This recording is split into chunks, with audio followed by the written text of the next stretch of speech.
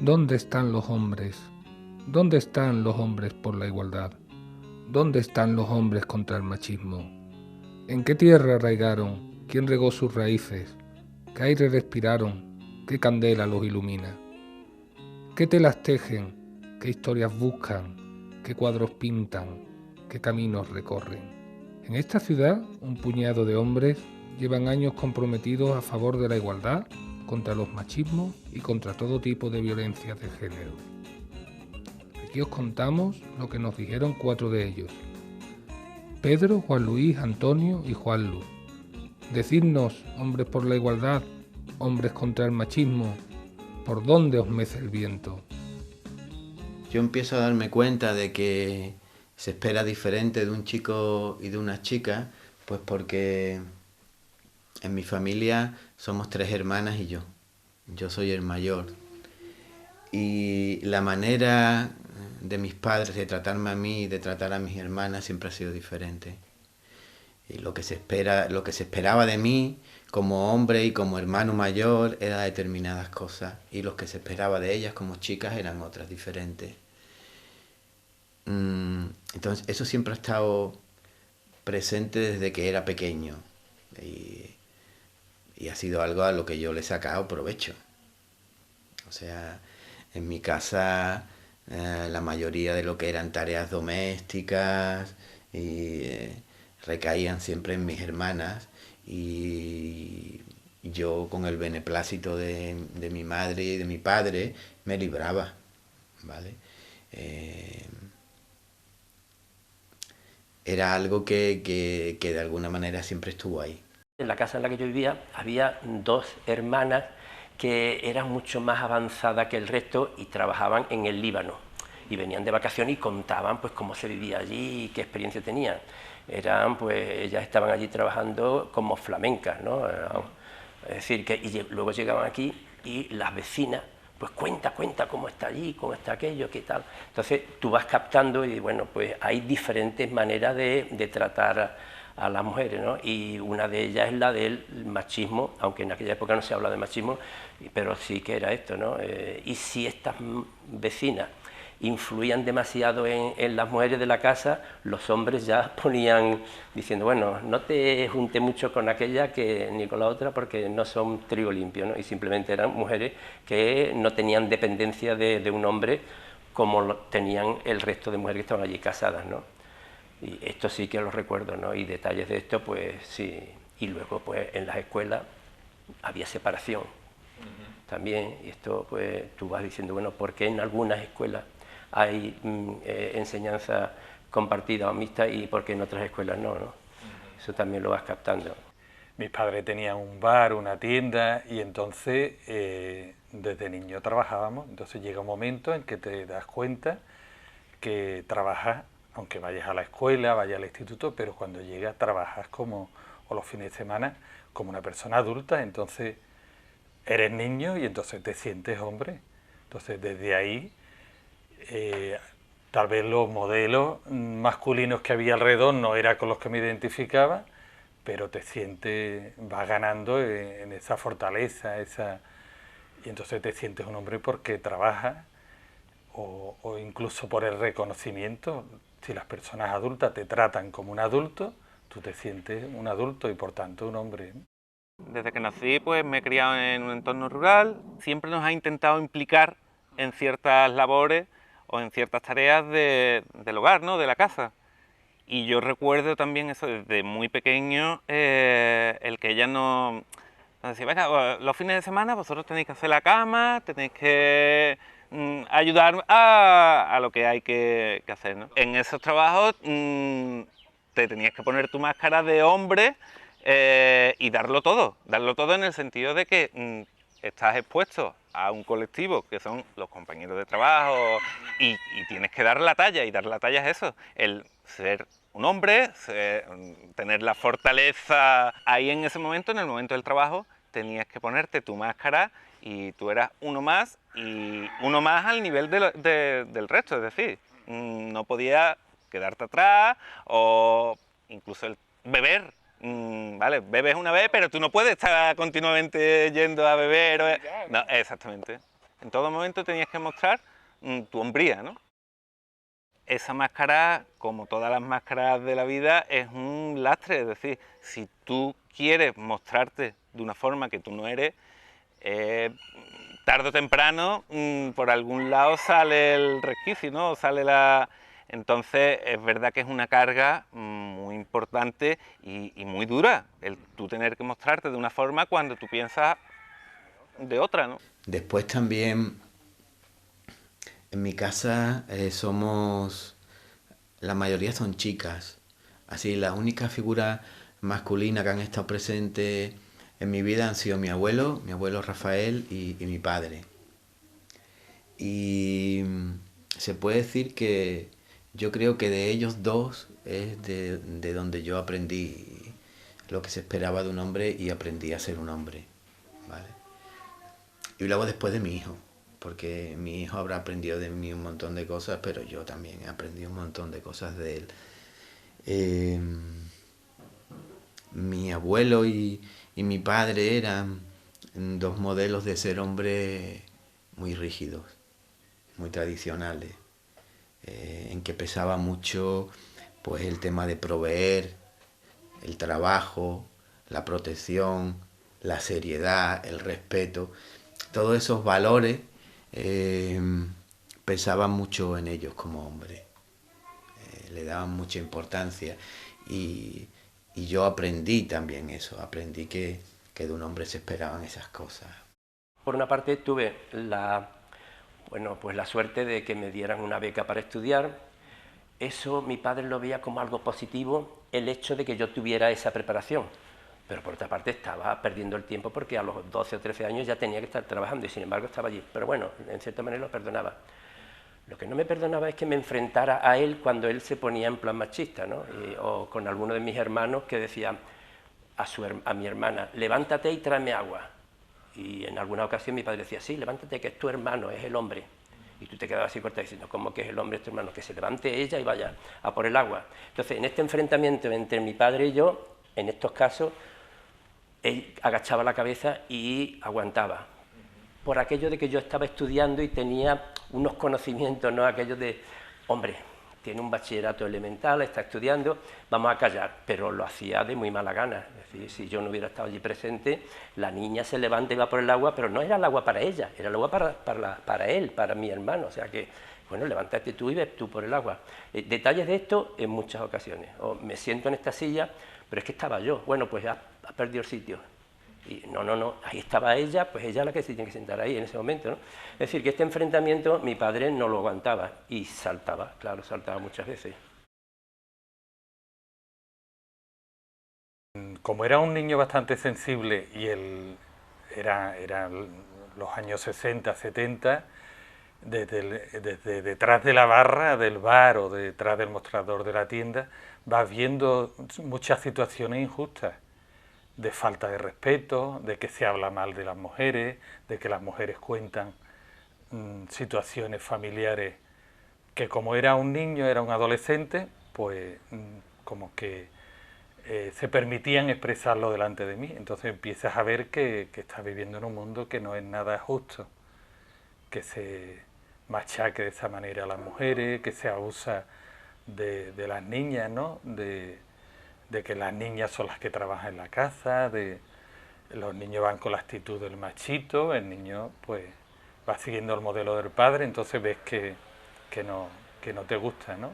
Empecé a compartir piso con mi tía joven y más mujeres, ¿no? Desde los 13 años, entonces empiezas a compartir las tareas domésticas, empiezo a trabajar de maestro y ya en la escuela te vas dando cuenta que los niños evolucionan de una manera muy distinta a las niñas, que los niños se van embruteciendo, las niñas cada vez más responsables. Aproximadamente por el 91, 90, por el 90, pues yo decido hacerme objetor de conciencia. Y entonces empiezo a acercarme a lo que es el movimiento antimilitarista aquí, el movimiento pacifista. Y es cuando empiezo a plantearme algunas cosas que tienen que ver con mi modelo de ser hombre, porque se supone que ir a la mili te hacía un hombre. Y hay toda una serie de cosas y de expectativas que giraban en torno a ese acto así iniciático de ser hombre, que era el servicio militar, pues que yo empiezo a plantearme. Y en estos movimientos empiezo a coincidir con compañeras que empiezan a devolverme determinada imagen de mí como hombre. Empiezo a profundizar en determinados privilegios que yo tengo, en determinados privilegios que yo ejerzo. Y es cuando empiezo un poco a deconstruir todo ese modelo masculino, a partir de ahí sobre todo.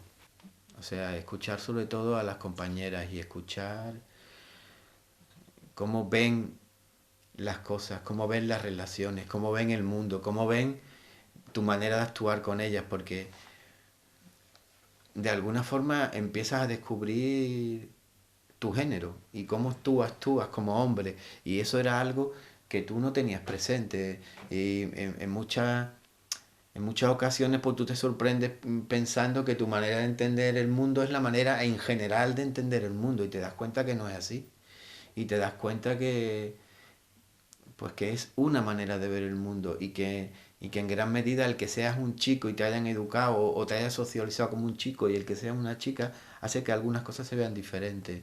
La gente, eso en el año 90, entonces la gente no sabía lo que era la coeducación, pero dije, bueno, vamos a meterle mano.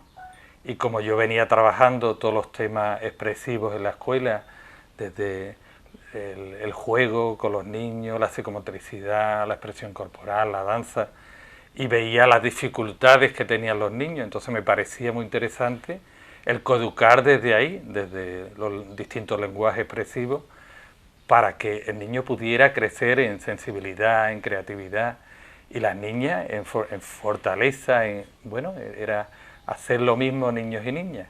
Cuando eres sensible tiendes también a verte en situaciones que quieren abusar de ti, que quieren, entonces de alguna manera esa parte más menos macho alfa, ¿no? Te lleva a colocarte en ese lugar donde la mujer se abusa de ella, donde está en desventaja, ¿no? Pero a la vez este mundo me ha llevado a descubrir que no solo es acompañarla en su lucha, sino que descubrir todo ese mundo de carencia que tienen los hombres, de no permitirse hablar de lo que siento, de lo que pienso, a estar en el grupo de coeducación, grupo de trabajo de maestros.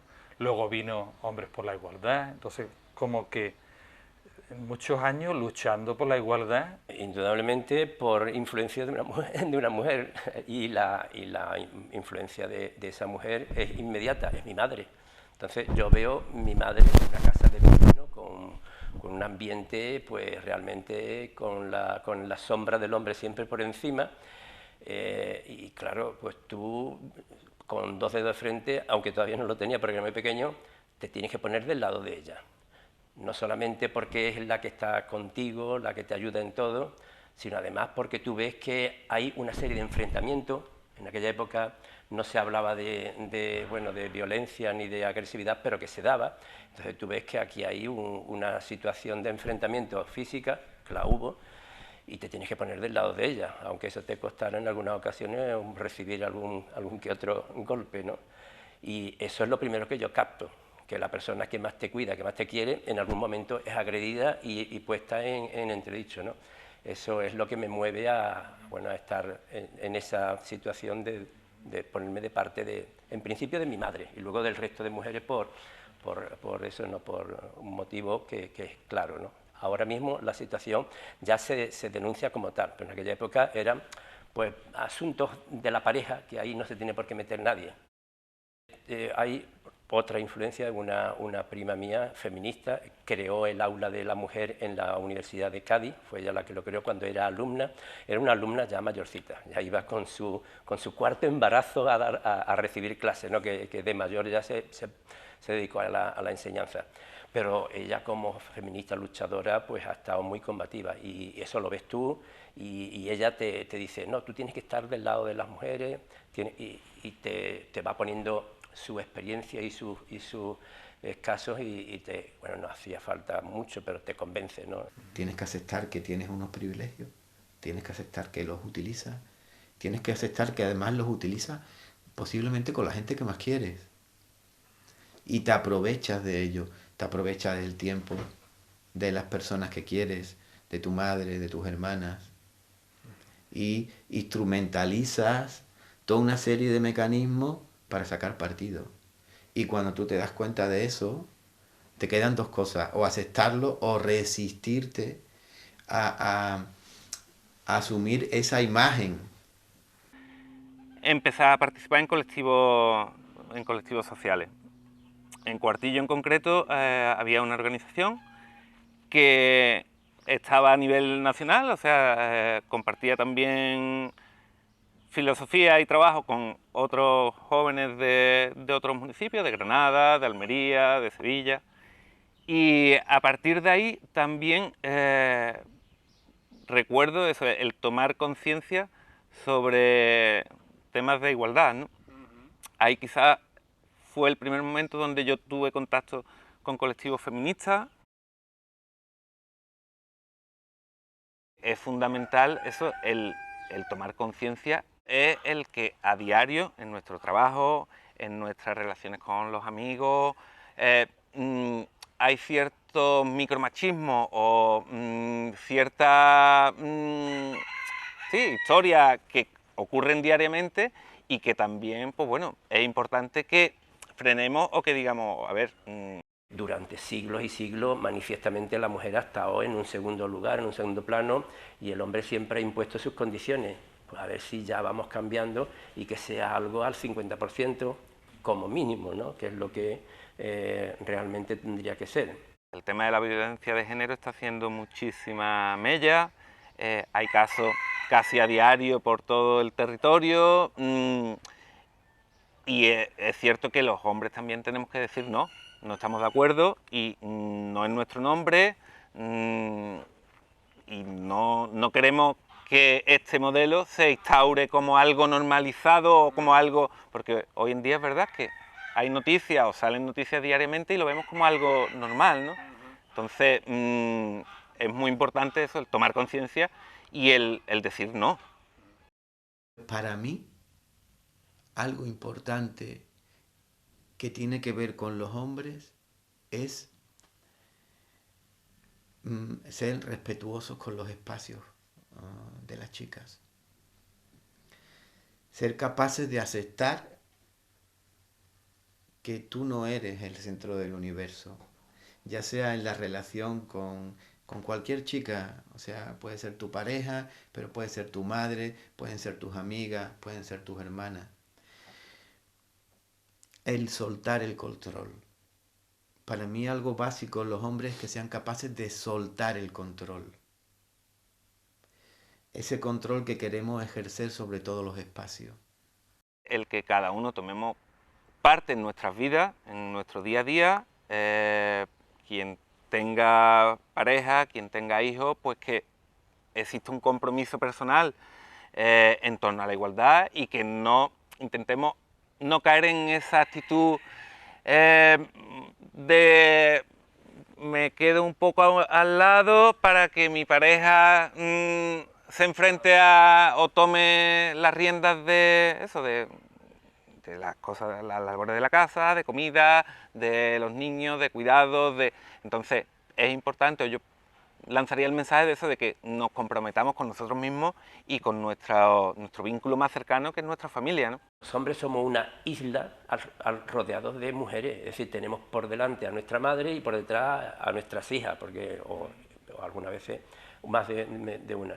Y por eso, por delante nuestra madre, por detrás nuestras hijas y en medio nuestras esposas, es decir, que estamos rodeados de mujeres a las que se supone que queremos, porque todo el mundo quiere a su madre y a sus hijos, y a la esposa porque también la ha elegido. Entonces, no entiendo cómo hay este enfrentamiento y esta agresividad a esas tres figuras que son importantísimas. Entonces, a lo mejor es un poco de sentimentalismo el que digo, pero le hago ver eso, es que tienes una madre, tienes unas hijas y tienes una esposa, que son mujeres y te quieren y están alrededor.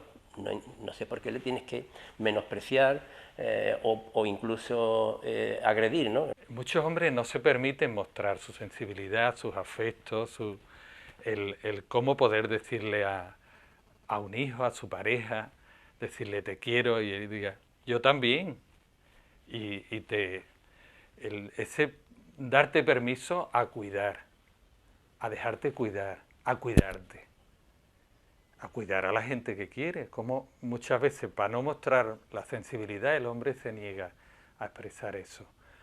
Para cambiar tienes que cambiar desde el convencimiento, primero de que es algo justo y después de que vas a descubrir un montón de cosas con ese cambio y ese cambio te va a hacer feliz. De que esos cambios que vamos a iniciar para intentar ser un tipo de hombre diferente, más igualitario, más justo, no son cambios que nos van a llegar a un sitio donde no queremos ir, sino que nos van a llevar a un sitio donde vamos a aprender un montón de historias, donde vamos a aprender a ser felices y sobre todo donde se mueve desde mi punto de vista lo que es importante en esta vida y es el mundo del afecto, el mundo del amor, el mundo de las relaciones. Todo eso se mueve en ese espacio que los hombres siempre hemos dejado de lado, que es el mundo del cuidado. Ahí es donde se mueve. Y cambiar como hombre es sumergirte en ese mundo. Merece la pena luchar por esto y venga, animaros. Entonces merece la pena comprometerse contra el machismo. Merece la alegría comprometerse a favor de la igualdad. Merece la alegría comprometerse contra la homofobia. Merece la pena comprometerse contra la violencia de género. Toca asumir en equidad los cuidados del hogar y las personas. Toca ser un modelo de papá cuidador, presente, igualitario y responsable. Toca cuidar para aprender a cuidarnos. Toca renunciar a privilegios machistas heredados. Entonces, será que nos toca mover pieza a favor de la igualdad. Que nos merece la alegría ser hombres pacíficos, igualitarios, dialogantes y respetuosos en el trato con las mujeres. Hombres, dejemos ya ir nuestros machismos, que nos merece la pena, que nos merece la alegría, y que si un mundo justo está en nuestros corazones, necesita de nuestras manos para hacerlo.